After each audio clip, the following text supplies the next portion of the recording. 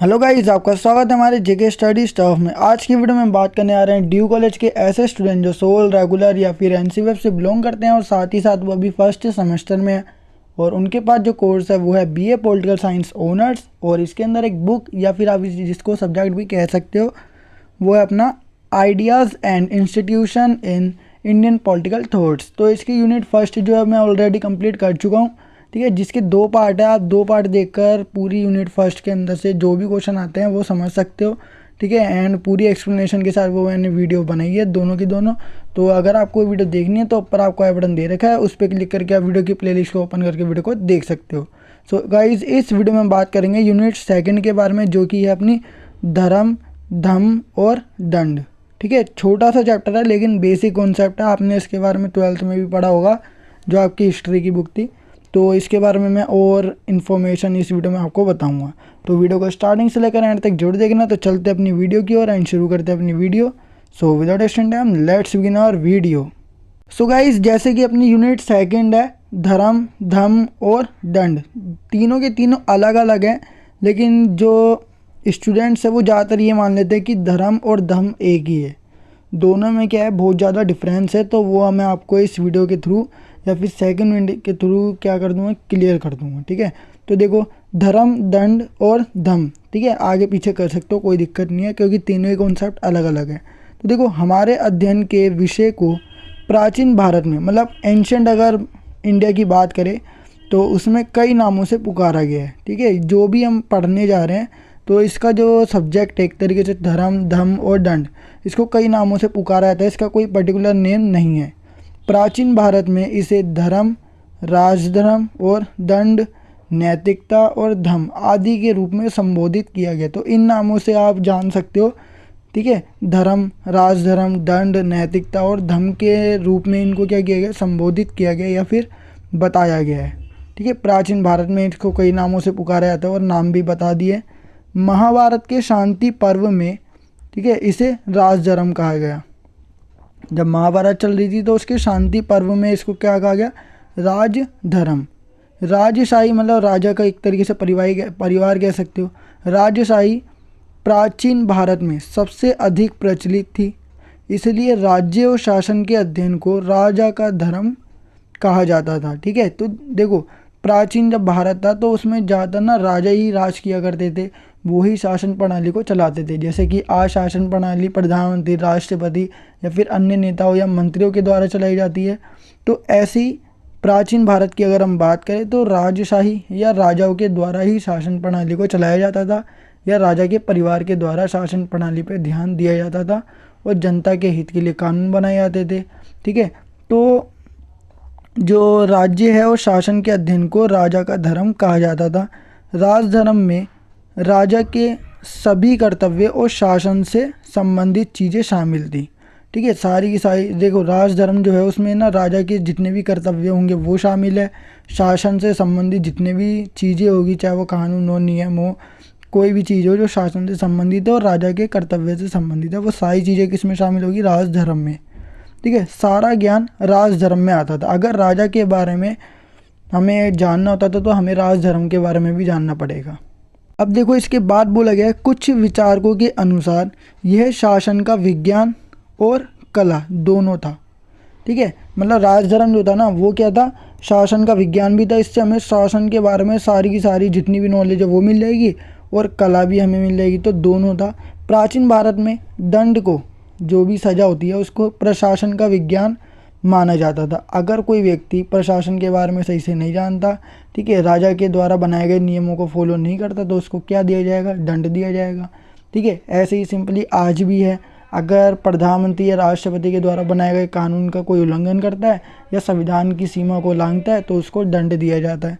तो वैसे ही उस समय भी होता था। आज भी प्रशासन का विज्ञान है, दंड को प्रशासन का विज्ञान माना जाता था और आज भी माना ही जाता है, जो सरकार के कार्य या शासन प्रणाली से संबंधित था, ठीक है।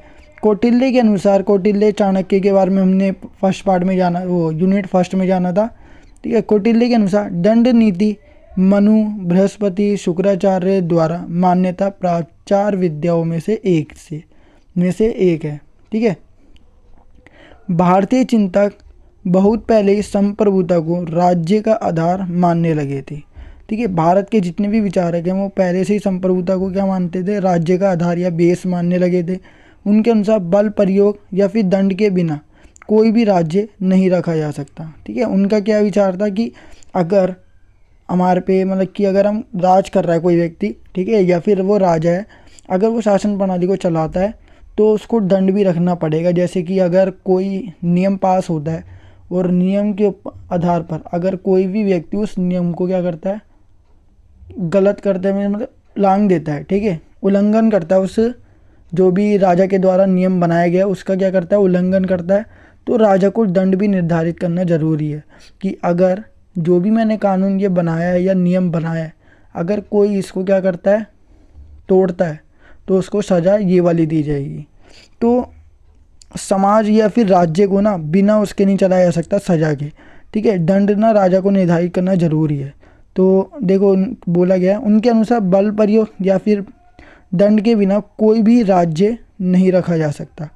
दंड के महत्व के बारे में मनु ने कहा कि जब सभी लोग सो रहे होते तो दंड उनकी रक्षा करता है, उनके डर से लोग न्याय का रास्ता अपनाते हैं। ठीक है, डॉक्टर जायसवाल ने दंड नीति को सरकार का सिद्धांत बताया। राज्य में दंड के असीम महत्व के परिणाम स्वरूप या कारण शासकों के कार्य और समाज के कल्याणों का वर्णन करने वाले शास्त्रों को दंड नीति के रूप में जाना जाता था। ठीक है, तो देखो ये सिंपल है, राज्य में ना दंड को ना ज़्यादा महत्व दिया जाता था। ठीक है, शासकों के कार्य, समाज के जितने भी कल्याण, जो भी बातें होती है कल्याण के लिए, ठीक है, शास्त्रों को दंड नीति के रूप में जाना जाता था। और शासन प्रणाली पर उशानस और प्रजापति द्वारा लिखी गई पुस्तक को दंड नीति के नाम से भी जाना जाता है। ठीक है, दंड नीति के नाम से भी जाना जाता है, एक पुस्तक है वो भी है। तो देखो अशोक के शासनकाल के दौरान धर्म शब्द का प्रयोग धर्म, दंड और शासन को संदर्भित मतलब बताने के लिए किया गया था। एक तरीके से उसको इंडिकेट करने के लिए किया गया था, एक सूचक है। और इन शब्दों के लिए अर्थशास्त्र शब्द का प्रयोग भी किया गया था। डॉक्टर जायसवाल ने अर्थशास्त्र को राष्ट्रमंडल की संहिता कहा है। ठीक है, वैसे वर्तमान में अर्थशास्त्र शब्द का प्रयोग अक्सर अर्थशास्त्र के लिए किया जाता है, मतलब इकोनॉमिक्स का प्रयोग, जो स्टैटिक्स है उसका प्रयोग उसके लिए किया जाता है। जिसका अध्ययन विषय मतलब इसके अंदर कौन कौन से विषय आते हैं, देखो ज़्यादातर धन से संबंधित है और अर्थ मतलब इनकम वगैरह जो हो गई प्राप्त करने का साधन है, और इसका प्रयोग मनुष्य के हित में किया जाता है। ठीक है, अर्थशास्त्र का प्रयोग हम आज अर्थशास्त्र के रूप में ही लेते हैं, धन के बारे में पढ़ते हैं, अर्थ के बारे में पढ़ते हैं।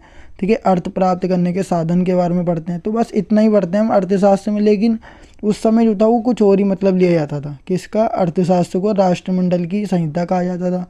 ठीक है, राष्ट्र जो कि आज के अगर अर्थशास्त्र में दिखे तो दूर दूर तक नहीं दिखता।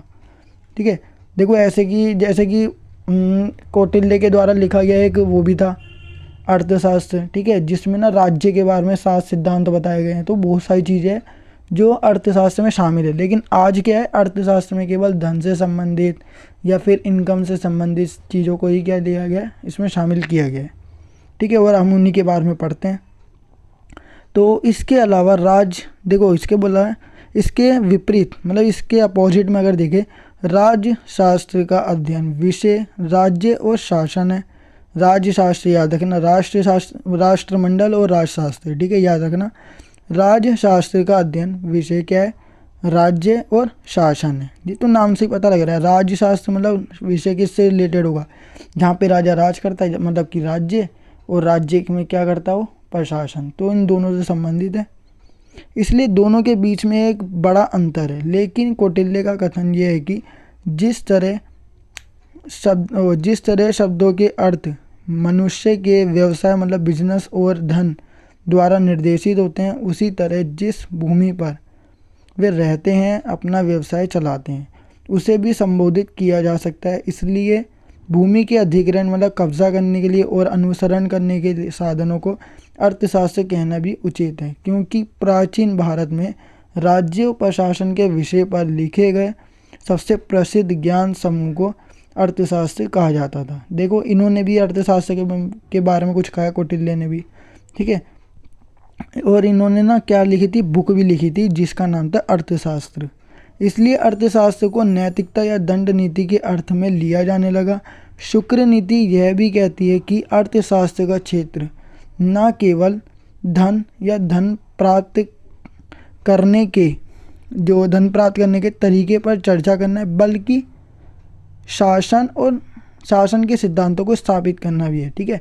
अर्थशास्त्र का मतलब ये नहीं है कि केवल हम धन के बारे में पढ़ेंगे और धन को प्राप्त करने के साधन कौन कौन से उसके बारे में पढ़ेंगे, बल्कि इसमें और एक्स्ट्रा चीज़ें भी शामिल की गई है। वो क्या है, शासन के सिद्धांतों को स्थापित करना भी है, शासन को कैसे इम्प्लीमेंट करना है, कैसे लागू करना है, मतलब बनाए रखना है, ठीक है। अमरकोश में अर्थ संबंधी और दंड नीति को समान अर्थी शब्द माना गया है, ठीक है, एक जैसा शब्द माना गया है। अर्थशास्त्र में प्रथम अध्याय के अवलोकन से भी ऐसा प्रतीत होता है कि कौटिल्य उन्हें दंड नीति के नाम देना चाहते थे। बहुत सिंपल सा टॉपिक है।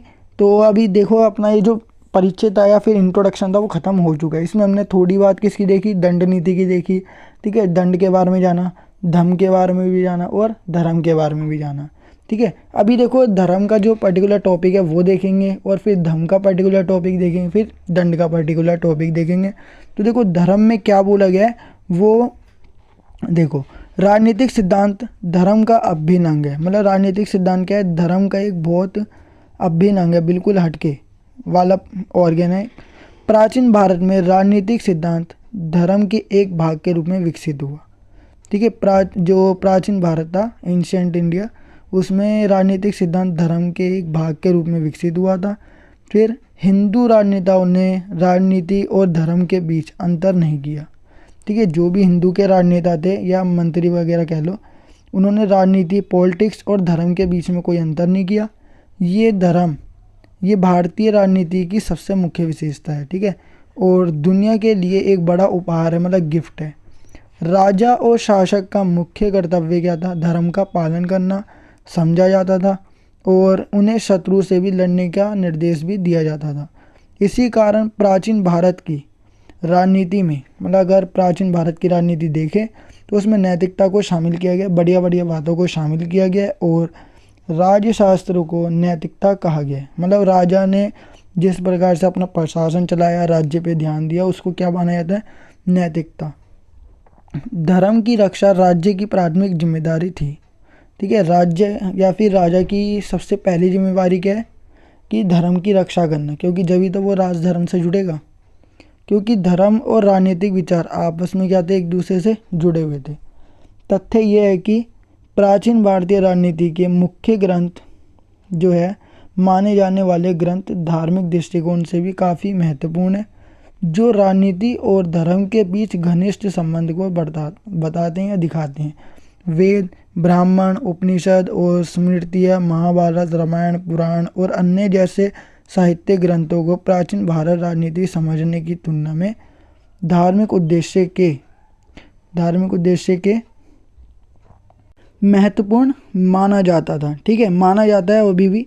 और बौद्ध लोगों और लोक धर्म के अनेक धर्म धार्मिक दृष्टि से, अगर धर्म की दृष्टि से देखें तो उपयोगी और सार्थक होने के साथ साथ उस समय की राजनीतिक संस्थाओं और विचारधाराओं का मार्गदर्शन करते हैं या उसके साथ साथ चलते हैं, ठीक है। अब इसके बाद देखो सबसे बेसिक टॉपिक आता है अपना अंग्रेजी शब्द रिलीजियन, मतलब जिसको रिलीजन मतलब धर्म ही होता है, जिसे गलत तरीके से भारत में धर्म के रूप में अनुवादित या फिर उसको ट्रांसलेट किया गया है, जो कि सही नहीं है, ठीक है। ये सही नहीं है कि उस जो रिलीजन नाम का वर्ड है ना अंग्रेजी में, उसको ना गलत तरीके से भारत के धर्म से जोड़ दिया गया। भारत में जो धर्म है ना, भारत में धर्म के रूप में अनुवादित किया गया, भारत के अंदर ट्रांसलेट किया गया इस शब्द को, ठीक है। क्योंकि भारतीय संस्कृति में धर्म के कई अर्थ हैं। धर्म का मतलब ये नहीं है कि रिलीजन के बारे में ही होगा, बहुत ज़्यादा इसके क्या अर्थ हैं।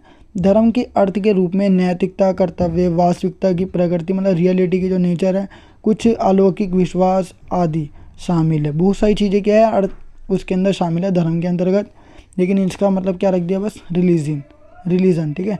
ये मानव जीवन के सभी पहलुओं में व्याप्त है, बहुत ज़्यादा फैला हुआ है।